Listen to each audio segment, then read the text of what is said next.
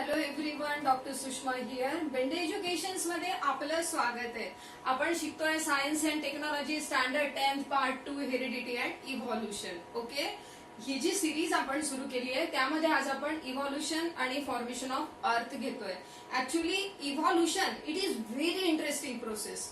हे जे इव्हॉल्युशन असतं हे कसं झालं, काय झालं, ही हे एवढं मोठं युनिव्हर्स जे आहे ते कसं तयार झालं, त्यानंतर अर्थ वरती लाईफ कसं आलं, हे सगळं it is very interesting topic. Okay, आपण आता बघूया व्हॉट इज इव्हॉल्युशन. इव्हॉल्युशन म्हणजे काय, तर gradual change occurring in living organism over a long duration is called evolution. Gradual change occurring in living organism. Living organism मध्ये gradually हळूहळू हळूहळू हळू चेंजेस होत जात असतात. ओके, हे जे चेंजेस आहे it to place in thousands of years. हजारो वर्ष लागतात त्याला हे चेंजेस व्हायला. तर हे जे हळूहळू हळूहळू जे चेंजेस होत जातात it is called as evolution. So gradual change occurring in the living organism over a long period it is called as evolution. It results in the development of organism or sometimes there is formation of new species. कधी कधी त्या ठिकाणी मग नवीन species सुद्धा तयार होतात. म्हणजे suppose पहिला ऑर्गन असेल आणि त्यानंतरचा जो पहिला ऑर्गॅनिझम आहे त्यानंतरचे ऑर्गॅनिझम्स आहेत त्यांच्यामध्ये रिप्रोडक्शन होत जातं आणि हे हळूहळू होत असताना त्यामध्ये काय होतं की जो पहिला ओरिजिनल ऑर्गॅनिझम असतो तो ऑर्गॅनिझम आणि थाउजंड्स ऑफ जनरेशन झाल्यानंतरचा जो ऑर्गॅनिझम आहे तो ऑर्गॅनिझम या दोन ऑर्गॅनिझम्स मध्ये इतका जास्त चेंज होऊन जातो की जो नवीन ऑर्गॅनिझम आहे थाउजंड्स ऑफ जनरेशन नंतरचा आपण त्याला नवीन स्पेसीज इव्हॉल्व झाली असं सुद्धा म्हणू शकतो. Okay, but what is species. Species म्हणजे काय माहितीये का तुम्हाला, तर स्पेसीज म्हणजे it is a group of organism which are similar to each other. Similar असलेल्या ऑर्गॅनिझम्सचा group that they can reproduce with each other. Reproduction can takes place in between them. जर त्यांच्यामध्ये रिप्रोडक्शन होऊ शकत असेल then it is called as all the organisms belongs to one species. Okay, the gradual change occurring in living organism over a long duration is called evolution. It results in the development of organism. Organismचं development सुद्धा होत जातं, complexity त्यांची वाढत जाते और नवीन species त्या ठिकाणी तयार होते. तर जेव्हा आपण इव्हॉल्युशनचा विचार करतो त्यावेळेला फक्त आपला विचार करून चालत नाही. We have to consider about whole अर्थचा विचार आपल्याला करावा लागेल. अर्थ नंतर सोलार सिस्टीमचा, प्लॅनेटचा विचार करावा लागेल. Solar system, then galaxies and about universe, whole universe पूर्ण जे आहे त्या पूर्ण युनिव्हर्सचा जर आपण विचार करू तर आपण इव्हॉल्युशन मध्ये खोलवर जाऊन विचार करू शकतो. आणि इव्हॉल्युशन होत असताना फक्त ह्युमन बिंगच होत नाही तर ऑल अदर अॅनिमल्स, प्लांट्स आणि पूर्ण युनिव्हर्स जे आहे इट गोज ऑन एक्सपांडिंग. ते सगळं युनिव्हर्स जे आहे त्याच्यामध्ये हळूहळू इव्हॉल्युशन होत असतं. सो आपण एक थेअरी बघूया, it is called as big bang theory. ही जी थेअरी आहे ही 1927 मध्ये ऍस्ट्रॉनॉमर जॉर्ज लेमेट्री यांनी सांगितलेली आहे. अबाउट 13.8 बिलियन इयर्स अगो 13.8 बिलियन इयर्स अगो काय झालं, एक स्मॉल पार्टिकल होता, हाय एनर्जी पार्टिकल. आणि हा जो हाय एनर्जी पार्टिकल होता इट गेट्स एक्सपांडेड, त्याच्यामध्ये एक्सपान्शन झालं आणि इट गेट्स ब्लास्ट. त्या ठिकाणी खूप मोठा ब्लास्ट झाला आणि ब्लास्ट झाल्यानंतर त्यामधून काही पार्टिकल्स बाहेर पडले. ओके, हे जे पार्टिकल्स होते these are high energy particles. आणि हाय एनर्जी पार्टिकल्स होते and they become very hot. ते खूप टेम्परेचर खूप जास्त होतं तेव्हा हाय एनर्जी पार्टिकल्स होते. बट आफ्टर 3 minutes आणि इट गोज ऑन एक्सपांडिंग. ते सगळं असं वाढत जात होतं, ते जास्त स्पेस ऑक्युपाय करत जात होतं. आणि त्यावेळी काय झालं की ते पार्टिकल्स थोडे दूर झाल्यामुळे दे स्टार्ट कूल डाऊन. मग ते पार्टिकल 3 मिनिटांनंतर थोडे कूल होऊ लागले आणि कूल झाल्यानंतर ते पार्टिकल्स एकमेकांच्या जवळ आले अँड देन फॉर्म ॲटम्स.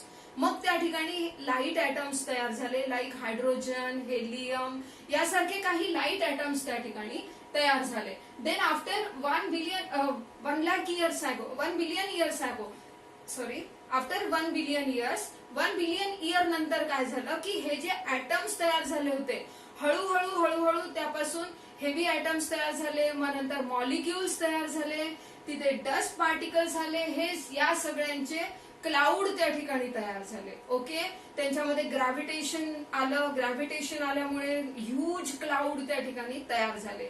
आणि हे जे क्लाउड्स होते हे क्लाउड्स नंतर असे फिरत होते आणि त्यानंतर त्यांच्यामध्ये आफ्टर 1 बिलियन इयर्स नंतर 1 बिलियन इयर्स नंतर हे जे क्लाउड्स आहे हे थोडे असे त्याच्यामध्ये पीसेस तयार होत गेले, दे गेट कॉन्सन्ट्रेटेड, ते कॉन्सन्ट्रेट होत गेले आणि त्यापासून मग नंतर गॅलेक्सीज तयार झाल्या.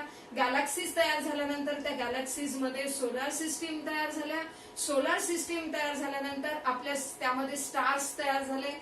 आपला सन जो आहे तोही त्या टाईपचा एक स्टार आहे.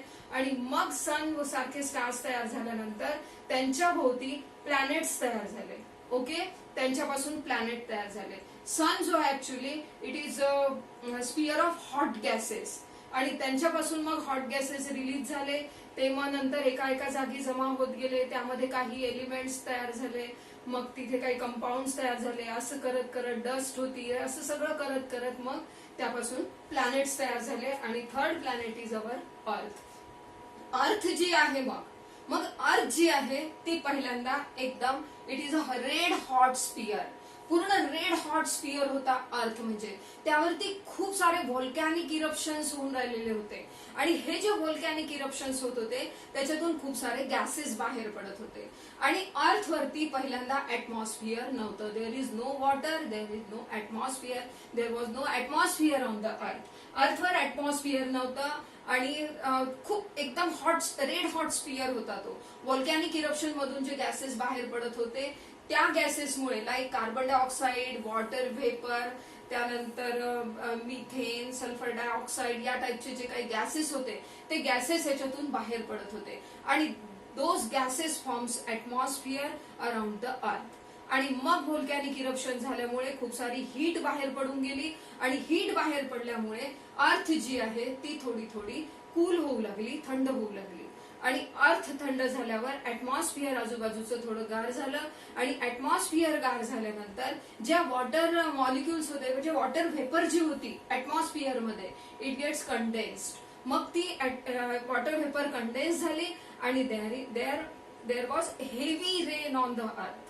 अर्थवर खूप पाऊस पडला आणि खूप पाऊस पडल्यामुळे नंतर त्या ठिकाणी ओशन आणि सी तयार झाले. कारण की ज्या ठिकाणी डीपेस्ट पार्ट होता त्या ठिकाणी मग नंतर सगळं ते जे रेन वॉटर होतं ते सगळं त्या ठिकाणी जमा झालं आणि हे रेन वॉटर जमा झाल्यामुळे मग अर्थवरती पाणी आलं. ओके, त्यानंतर मग अर्थवरती हळूहळू पाणी वाढत गेलं, अर्थचं टेम्परेचर कमी होत गेलं. There is traces of oxygen त्या अर्थवरती तयार होऊ लागलं.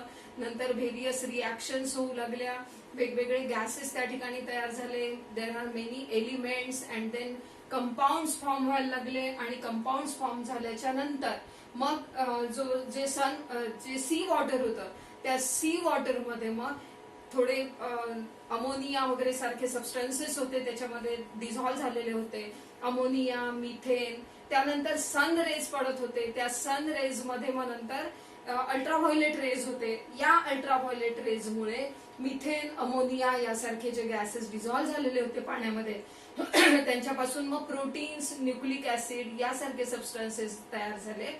आणि त्यासारखे सबस्टन्सेस तयार झाल्यानंतर हे जे आहेत molecules, protein molecules, nucleic acid molecules, these are the ribonucleic acids. मग हे जे आहे हे सेलचं स्ट्रक्चर असतं एक. मग त्यापासून त्यामध्ये अल्ट्राव्हायोलेट रेजचा त्याला स्पार्क मिळाला आणि त्यामध्ये पहिला लाईफ जे आहे लाईफ पहिल्यांदा त्या ठिकाणी स्टार्ट झालं आणि नंतर मग त्यावरती वेगवेगळ्या प्रकारे इव्हॉल्युशन होऊ लागलं. ओके, या पद्धतीने अर्थवरती जीवसृष्टी तयार होऊ लागली.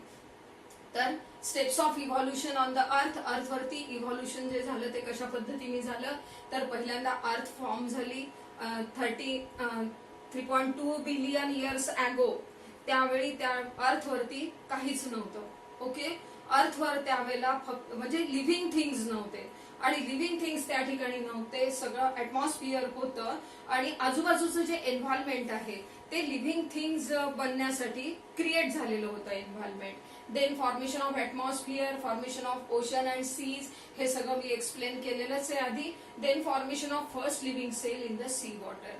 सी वॉटर मध्ये फर्स्ट लिव्हिंग सेल तयार झाला. या पद्धतीने अर्थ वरती इव्हॉल्युशन झालं.